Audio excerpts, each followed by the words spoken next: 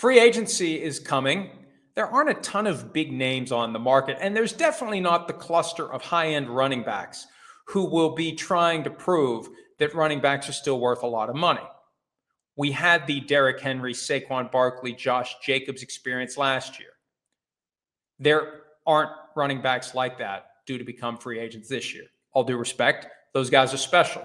And I think we've adjusted our mindset about running backs. The basic approach is they're almost as interchangeable as kickers. Every major college program has one guy, at least, some have more than one, who, if given the opportunity at the NFL level, if you block for him, if you can trust him to pick up blitzers in pass situations, and if he can hold on to the football when it's being attacked in a very aggressive way with punches and high-end defensive players, the likes of which he's never seen in his life on a football field, those guys can thrive, but they can't excel. That's the difference. There's a small group that excels.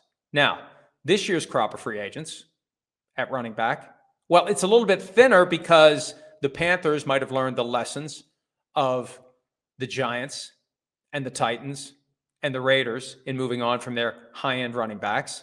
The Panthers re-signed Chuba Hubbard during the season. The Cardinals re-signed James Conner during the season. They both would have been free agents. The most accomplished running back hitting the market is Najee Harris. 4 years in the NFL, 1,000 yards rushing each year. No fifth-year option was exercised by the Pittsburgh Steelers. If the Steelers are going to give him a long-term deal, it's the Doug Martin situation all over again. Remember him, the muscle hamster? That was the nickname that finally stuck. I don't think he really liked that nickname. Regardless, he liked the contract he got from the Buccaneers the year he became a free agent when they hadn't used the fifth-year option. There hasn't been any real indication that the Steelers are inclined to keep Najee Harris. I don't think it would get this close to the open market if they were going to. I doubt they're going to use the franchise tag on Najee Harris. It's creeping up to around $13 million a year based upon the estimated increase in the salary cap for 2025. And I saw something over the weekend from, I think, one of the Twitter bot sites pointing out that Alvin Kamara, the Saints running back, has never had a 1,000-yard rushing season, and Najee Harris has had 4, with whatever emoji properly reflects that sentiment. The mind-blown emoji, I don't know. The double eyeballs emoji. But the story runs far deeper than that. Alvin Kamara has been one of the best running backs in the NFL for the last 8 years. And for him, he's much more of a dual threat than Najee Harris. I did some math, which is always dangerous for me, before starting this today. Najee Harris averages in 4 NFL seasons 1,365 yards from scrimmage. Rushing, receiving. Because a running back's total production should matter. We went through this with Chris Johnson at the Super Bowl 2 weeks ago. The thing he's most proud of his entire NFL career is the year 2009 where he had 2,500 yards from scrimmage, because no one in NFL history has ever had 2,500 yards from scrimmage.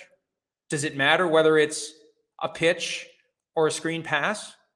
I don't think it matters. What the guy does with the football matters. So, Najee Harris, 1,365 yards from scrimmage on average. Alvin Kamara, 1,442. Alvin Kamara, 10.6 touchdowns per year on average. Najee Harris, 8.6. And yards per touch is relevant to this as well. Kamara, 4.4 yards per carry. Harris, 3.9. Kamara, 8.3 yards per catch. Harris, 6.4. Now, I'm not taking anything away from Harris, but this question of interchangeable running backs, the dividing line is good versus great. Kamara has been great. Kamara got his 1,442 yards from scrimmage per year on average by not being a workhorse. They've used other running backs.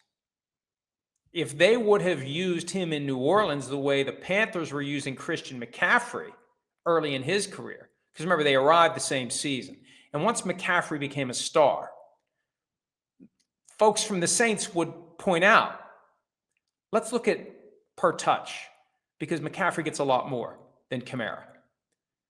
And Kamara does a lot with the opportunities he gets. So Kamara is in the category of great. Najee Harris is in the category of good. And the Steelers seem to be inclined despite the lessons learned last year by most notably the Giants, the Steelers seem to be inclined to let Najee Harris walk away. Now, look, Najee Harris brings a fire, an energy, a determination. He gets the tough yards. He runs between the tackles. He is a very good running back. But this is the closest thing we're going to see in 2025 of a repeat of last year. And I don't think Harris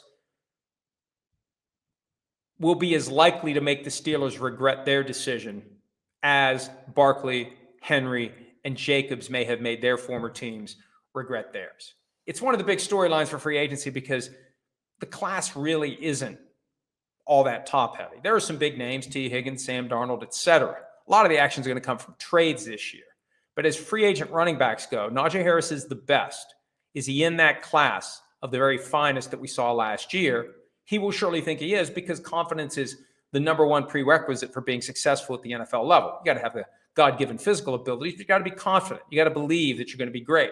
And maybe the Steelers letting him go will cause him to unlock a higher level of performance. But as it stands right now, he's closer to the pack than Barkley, Henry,